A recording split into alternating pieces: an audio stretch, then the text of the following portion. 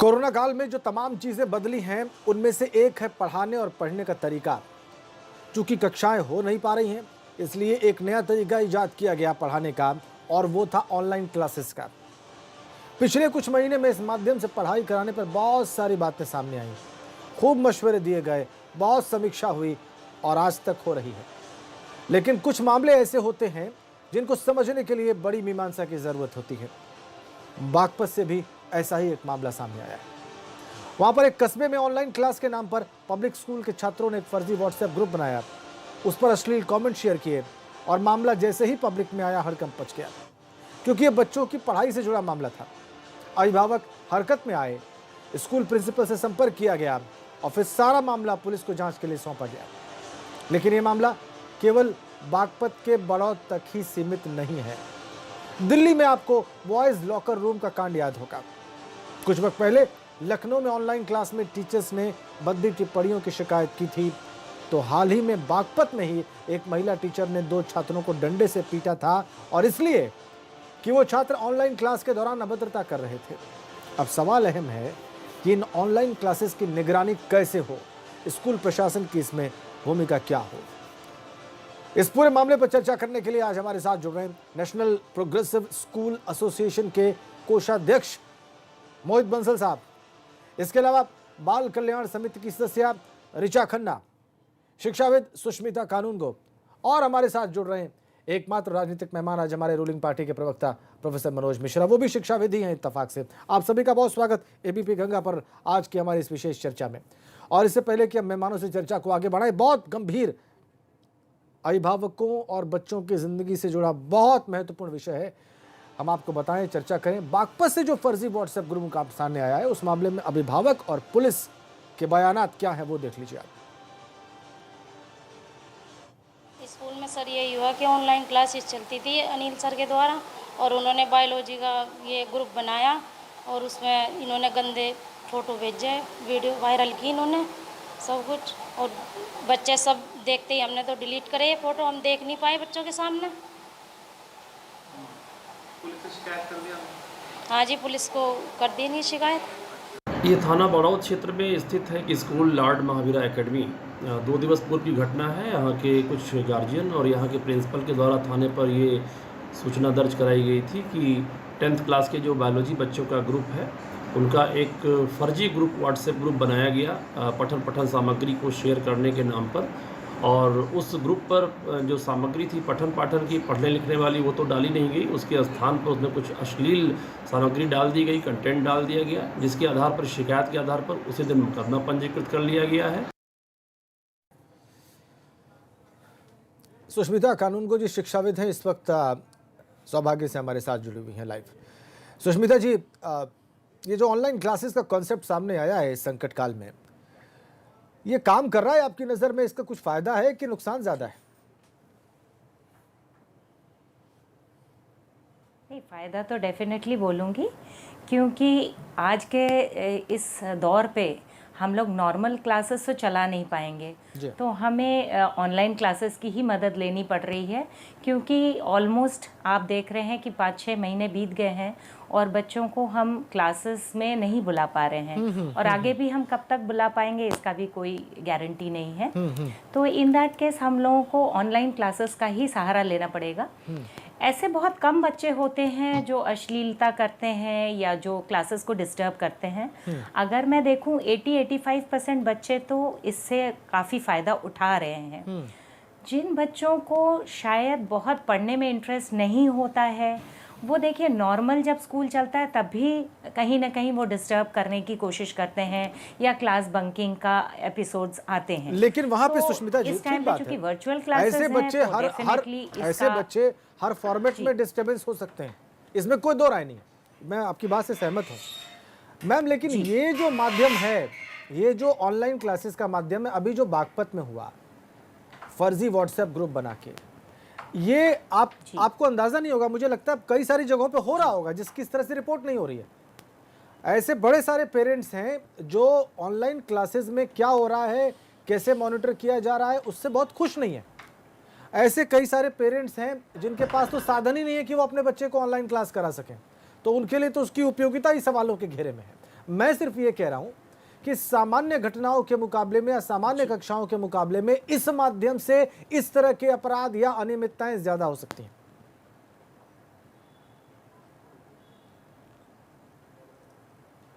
जी, ये तो है। देखिए, हर तरह के बच्चे पढ़ रहे हैं स्कूलों में, और जी जी, उनका कैसा इम्पैक्ट पड़ रहा है, वो किस तरह के दोस्तों से मिल रहे हैं, उनका ग्रुप कैसा है, इन सब का ज़रूर फ़र्क पड़ता है बच्चों के गतिविधियों पे। तो इन ऑनलाइन क्लासेस में अगर बच्चे अपने अभिभावकों के संरक्षण में ये क्लासेस अटेंड करें तो शायद हमें इन प्रॉब्लम से थोड़ा सा राहत मिलेगी। ये बात आपकी ठीक है, तो मैं समझ जैसे गया। हम लोगों ने अपने स्कूल में ही पेरेंट्स से रिक्वेस्ट किया। नहीं, आपकी बात ठीक है सुष्मिता जी, ये एक विकल्प है और इसके बारे में शुरू से कहा जा रहा है। अभी आपने रिक्वेस्ट की बात कही, बहुत अच्छी बात कही आपने। हमारे साथ है ऋचा खन्ना जी, बाल कल्याण समिति की सदस्य हैं। ऋचा जी, लेकिन ये जो अभी बात कह रही हैं सुष्मिता जी की पेरेंट्स को, अभिभावकों को इन्होंने कहा कि आप लोग खुद साथ बैठ जाइए बच्चों के और देखिए कि क्या हो रहा है ऑनलाइन क्लासेस में, लेकिन क्या ये व्यवहारिक रूप में हमेशा संभव है? क्या 10वीं और 11वीं और 9वीं और 12वीं के बच्चों के साथ उनके पेरेंट्स हमेशा बैठ के मॉनिटर कर सकते हैं कि वो क्या ऑनलाइन पढ़ रहे हैं, क्या बोल रहे हैं, क्या लिख रहे हैं, कुछ समझ में आ रहा है भी कि नहीं आ रहा है उनको? ऋचा जी। जी, राजेश जी, मैं ये कहूंगी कि मैं इस पूरे प्रकरण में मैम ने जो अभी बोला है उसके साथ हूँ, उसका समर्थन करती हूँ। देखिए, जो अभी परिवेश है वो सामान्य नहीं, तो जब ये असामान्य परिवेश है, असामान्य परिस्थितियां हैं, तो हमें भी कुछ अलग हटके करना पड़ेगा। यानी कि देखिए, ऐसी सिचुएशन में बिना अभिभावकों के सपोर्ट के इस पूरे विकल्प को, जो ऑनलाइन शिक्षा का विकल्प है, इसको ठीक तरीके से हम लोग नहीं रख सकते हैं, इसका प्रॉपरली फ्रूटफुल इस्तेमाल नहीं कर सकते हैं। लेकिन जो आप कह रहे हैं वो भी सही बात है कि जो एज ग्रुप क्लास 9 to 12 का है, उनके पीछे पीछे अभिभावक घूम नहीं सकते। लेकिन सर, बहुत जरूरी है कि अभिभावक जिम्मेदारी तो ले। हम लोगों को अपने बच्चों को बहुत ही टैक्टफुली दूर से ही वॉच करना है, मॉनिटर करना है। वो बच्चे हैं, वो अडल्ट्स नहीं है, पर हम तो अडल्ट्स हैं। तो हम अगर एडल्ट्स हैं तो इतनी इंटेलिजेंस हमको यूज करनी है कि हमें किस तरीके से अपने बच्चों के मूवमेंट, उनकी ऑनलाइन क्लासेस में क्या हो रहा है, उसको चलते फिरते मॉनिटर करना चाहिए, पहली बात। दूसरी बात मैं ये कहना चाहूंगी कि हमारे जो बच्चे इस तरीके की जो गलतियां कर रहे हैं, ये इसलिए कर रहे हैं, तो ये कई महीनों से घर में खाली हैं और बहुत ज्यादा ओवर एक्सपोज टू मीडिया में कहूंगी हैं, तो बहुत कुछ इनके दिमाग में शैतानियां आ रही हैं। और जैसा मैं कहती कि ये विद्यालय में भी करते हैं शैतानी, वैसे ही वो अब ऑनलाइन शैतानियां भी कर रहे हैं। पर हमें क्या जरूरत है, ऐसी सिचुएशन में हमको इनको जागरूक करने की जरूरत है। जैसे कि आईटी एक्ट में कई सेक्शंस हैं जिसमें इस तरीके की, जैसे आप देखिए आईटी एक्ट का सेक्शन 66D। आप ऋचा जी, मुझे लगता है इसेंशियली ये कह रही हैं कि इन टीनेजर्स को आपको कानून का डर दिखाना पड़ेगा, ऐसा है क्या? देखिए, जरूर देखिए, किसी भी समाज के किसी भी वर्ग को उस देश के कानून के बारे में जागरूक कराना गलत नहीं है। अच्छा, मैं कहती हूँ एक और उनका नॉलेज एनहांसमेंट होगा और कहीं ना कहीं उनपे असर पड़ेगा।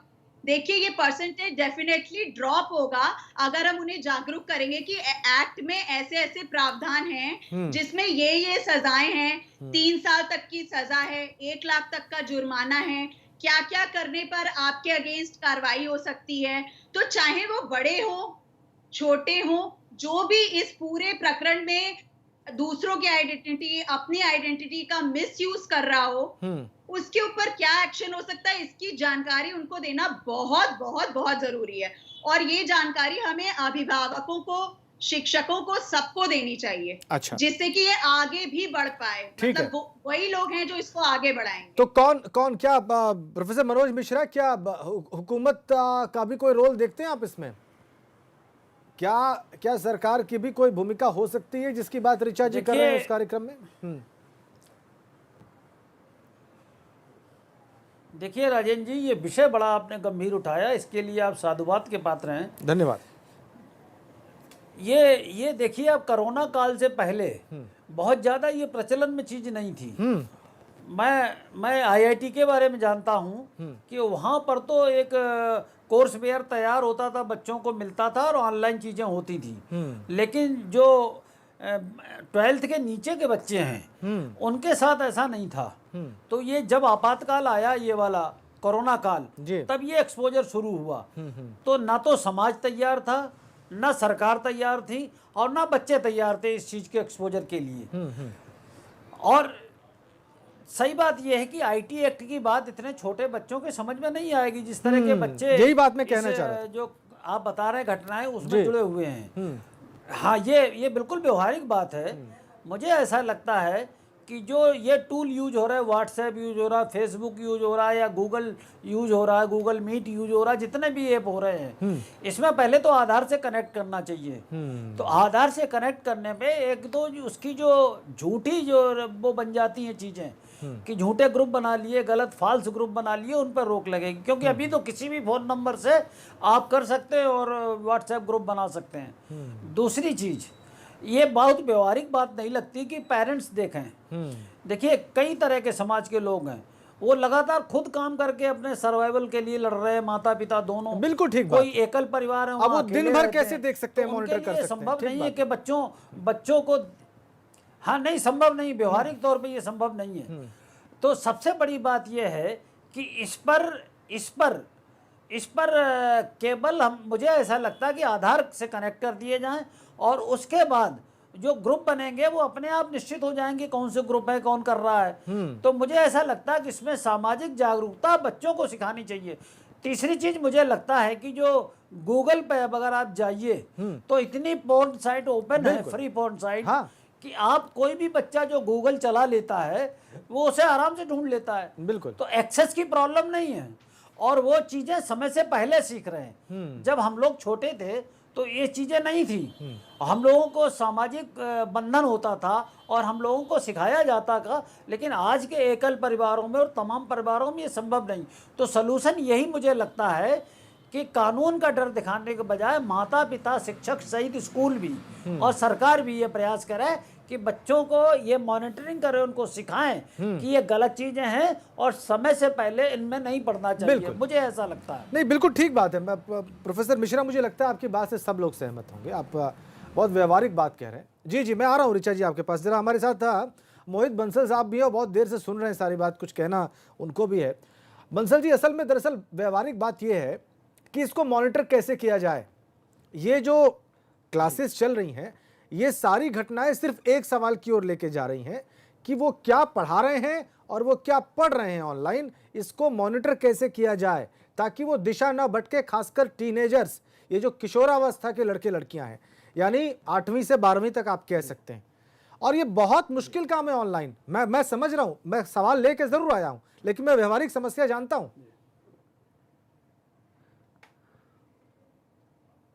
जी राजन जी, ये जो आप टॉपिक लेके आए हैं, ये इसके लिए मैं भी बहुत बहुत धन्यवाद देता हूँ, क्योंकि ये बहुत ज़रूरी है। क्योंकि आज जो समय जो है कोविड-19 को देखते हुए जो समय है बच्चों के लिए, ऑनलाइन क्लासेस जो, चाहे वो टीचर्स की तरफ से हो, चाहे वो ऑनलाइन क्लासेस बच्चे अटेंड कर रहे हों, मेरा सबसे पहले ये कहना है कि वो पेरेंट्स का उसमें सबसे बड़ा रोल है। क्योंकि टीचर्स क्या करा रहे हैं, चाहे वो टाइम टेबल उन्होंने प्रोवाइड करा रखा है उसके अकॉर्डिंग, चाहे वो इंग्लिश का सब्जेक्ट हो या हिंदी का सब्जेक्ट हो, पेरेंट्स को इतना तो ध्यान देना पड़ेगा कि हमारा बच्चा जो है वो क्या काम कर रहा है, क्या वो कितना पढ़ रहा है, पहली चीज़। दूसरी चीज़ पेरेंट्स का इतना ये भी रोल होना चाहिए कि चाहे वो फेसबुक हो, चाहे वो इंस्टाग्राम हो, यूट्यूब हो, जितनी भी सोशल साइट्स है उसको लॉक करके अगर पेरेंट्स स्टूडेंट को देंगे तो मुझे नहीं लगता कि बच्चे इसका भी कोई मिसयूज करें। क्योंकि आज की टेक्नोलॉजी को देखते हुए बहुत सारे पेरेंट्स ऐसे हैं, नुकसान भी है। बहुत सारे पेरेंट्स मोहित ऐसे हैं जो इतना ज्यादा लिटरेट नहीं है डिजिटली, वो नहीं लॉक कर पाएंगे यूट्यूब को और जो भी आप साइट्स की बात कर रहे हैं। ऐसा बहुत सारे पेरेंट्स को मैं जानता हूं जिनको कुछ नहीं पता है, वो नहीं कर पाएंगे जो आप कह रहे हैं। क्या करें वो? जी, उसके लिए देखिए सर, मैं सबसे पहले जैसे स्टूडेंट की बात आ रही है, अभी जैसे ऋचा जी बोल रही थी कि मॉनिटरिंग, जैसे मिश्रा जी बोल रहे थे मॉनिटरिंग, उसी प्रकार अगर टीचर्स स्टूडेंट को काउंसलिंग करेंगे, जैसे काउंसलिंग करनी है कि हाँ हमें इस टाइप से बेटा पढ़ना है, ऐसी अभिभावक को भी पूरा ध्यान देना पड़ेगा कि बेटा इस चीज की ये गलत है, इसको नहीं कर सकते हैं।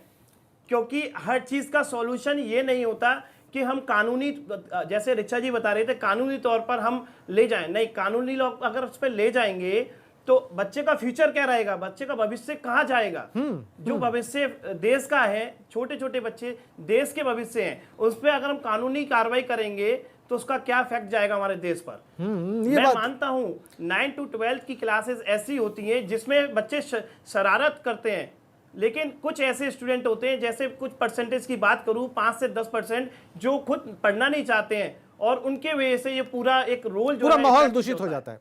ठीक बात है मोहित, आप जो बात कह रहे हैं, मुझे आपकी बात से ये समझ में आया, आप ये कहना चाह रहे हैं कि स्कूल के लोगों को या टीचर्स को कभी कभी अभिभावकों को भी थोड़ा सा जागरूक करना चाहिए कि आप लोग घर पे ये करें। मैं आ रहा हूँ खन्ना, मैं ऋचा खन्ना जी आपके पास आ रहा हूँ। जैसे कि मिश्रा जी ने बोला था कि माइक्रोसॉफ्ट टीम है, चाहे गूगल ऐप है, चाहे गूगल मीट है, अगर उससे व्हाट्सएप की बात करें, जैसे ऑलमोस्ट 60 से 50% जैसे अब व्हाट्सएप ग्रुप पे ऑनलाइन क्लासेस चल रही हैं, तो मैं जो है एसोसिएशन की तरफ से सभी स्कूल के प्रिंसिपल मैनेजमेंट को ये मैसेज देना चाहता हूं कि वो स्टूडेंट को ना करके या टीचर्स को ना करके खुद सेल्फ अपने ग्रुप एडमिट होंगे तो काफ़ी हद तक जो चीज़ें हैं वो उस पर स्टॉपेज लग जाएगा। ठीक है, मुझे एक ब्रेक के लिए रुकना है, ब्रेक के बाद वापस आकर ऋचा खन्ना जी की बात सुनते हैं, वो कुछ बहुत महत्वपूर्ण कहना चाह रही हैं, कैसे कंट्रोल हो पाएगा इस पर, इस ब्रेक के बाद।